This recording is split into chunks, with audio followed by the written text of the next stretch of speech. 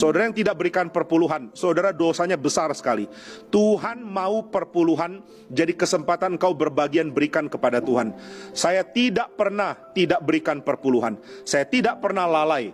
Kalau saya dapat tambahan karena saya jadi pembicara di luar, diundang oleh gereja mana, saya selalu akan utamakan perpuluhan. Jemaat harus lakukan hal yang sama. Yang masih tidak setia perpuluhan, kamu harus bertobat. Jika perpuluhanmu tidak setia, engkau tidak mungkin dianggap setia oleh Tuhan. Tuhan mengukur bagaimana engkau perlakukan keuangan. Jadi ingat baik-baik, gereja harus menuntut jemaat berikan perpuluhan. Persepuluhan itu hukum Taurat. Contoh, sunat tanpa obat bius itu hukum Taurat, hukum Taurat. Lalu pertanyaan saya, gereja mana yang sedang menjalankan persepuluhan? Di luar Katolik. Artinya keselamatan bagi mereka tuh karena iman dan karena perbuatan hukum Taurat. Kenapa? Persepuluhan itu hukum Taurat.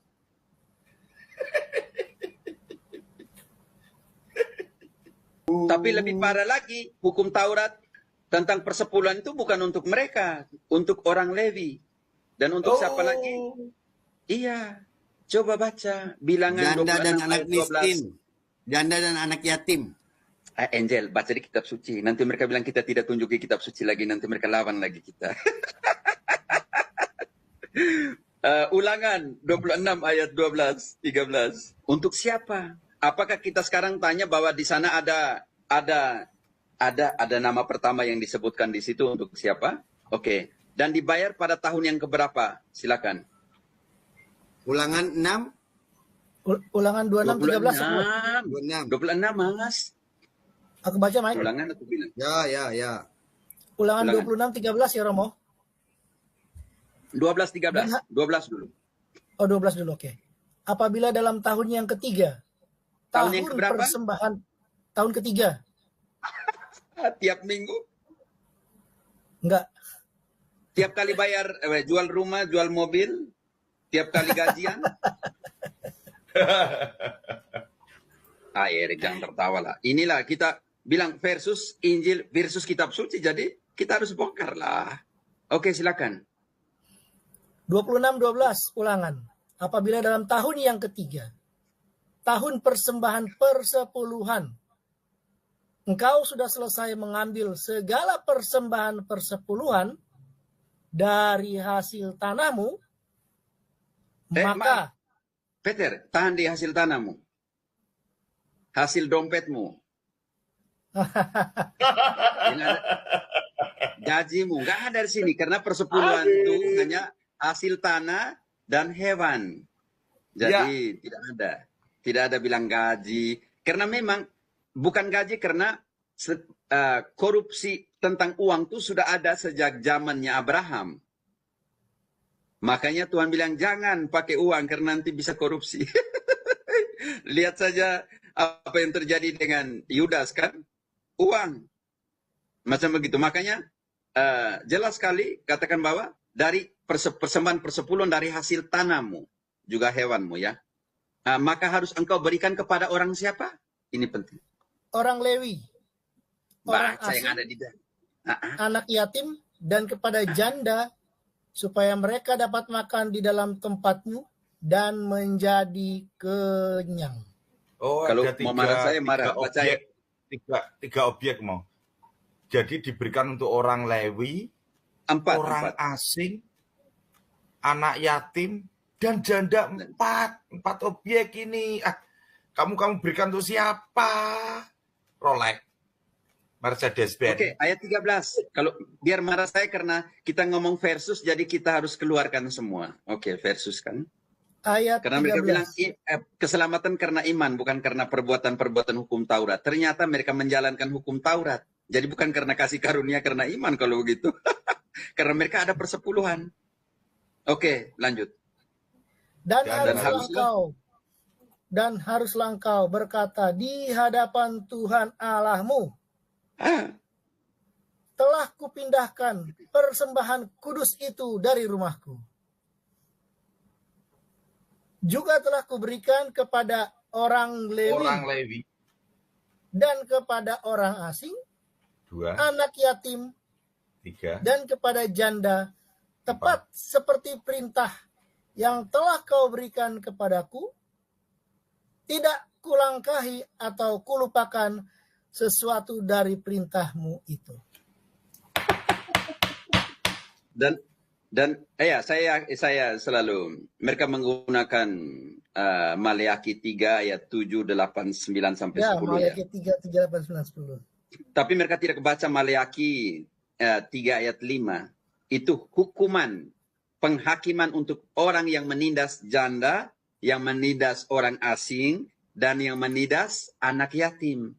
Orang asing, anak yatim, dan janda kan nggak punya uang. Oh, ditindas dengan cara seperti apa? Ya, mencuri persepuluhan mereka, hak mereka untuk menerima persepuluhan, maka harus dihukum. Dan Tuhan sendiri yang menghakimi. Coba kita sandingkan dengan Maleakhi 3 ayat 5. Mereka pakai ayat 7, 8, 9, sampai 10 untuk ancam bahwa orang harus beri persepuluhan. Tetapi siapa yang mencuri persepuluhan itu harus dihukum. Ini ada di ayat 5-nya. Silakan. Maleakhi. Maaf, kita sambung ke sana karena sebenarnya bukan tema ini. Aku akan mendekati kamu untuk menghakimi dan akan segera menjadi saksi terhadap tukang-tukang sihir. Tukang tilep ini. Orang-orang jatuhkan orang ya. berzina. Oh, haleluya. Wah, jatuh semua orang di sini di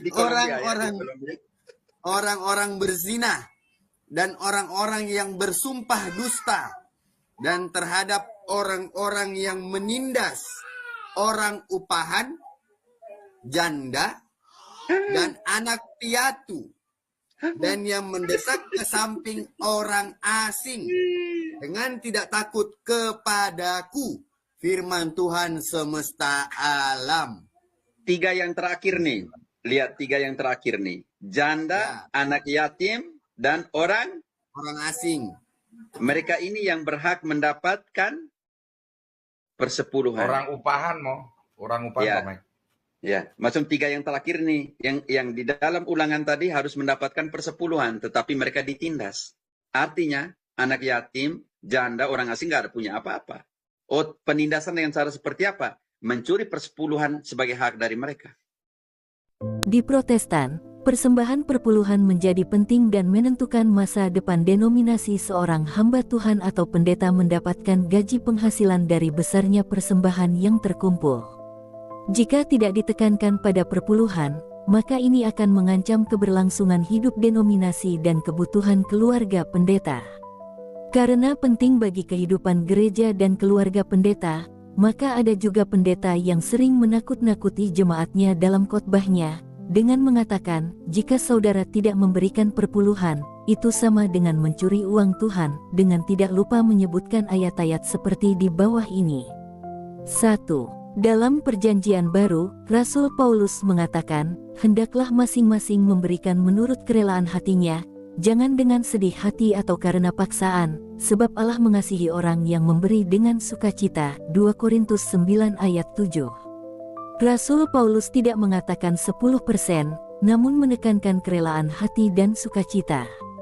Yesus mengatakan, celakalah kamu, hai ahli-ahli Taurat dan orang-orang Farisi, hai kamu orang-orang munafik, sebab persepuluhan dari selasih, adas manis dan jintan kamu bayar, tetapi yang terpenting dalam hukum Taurat kamu abaikan, yaitu keadilan dan belas kasihan dan kesetiaan. Yang satu harus dilakukan dan yang lain jangan diabaikan. Injil Matius 23 ayat 23.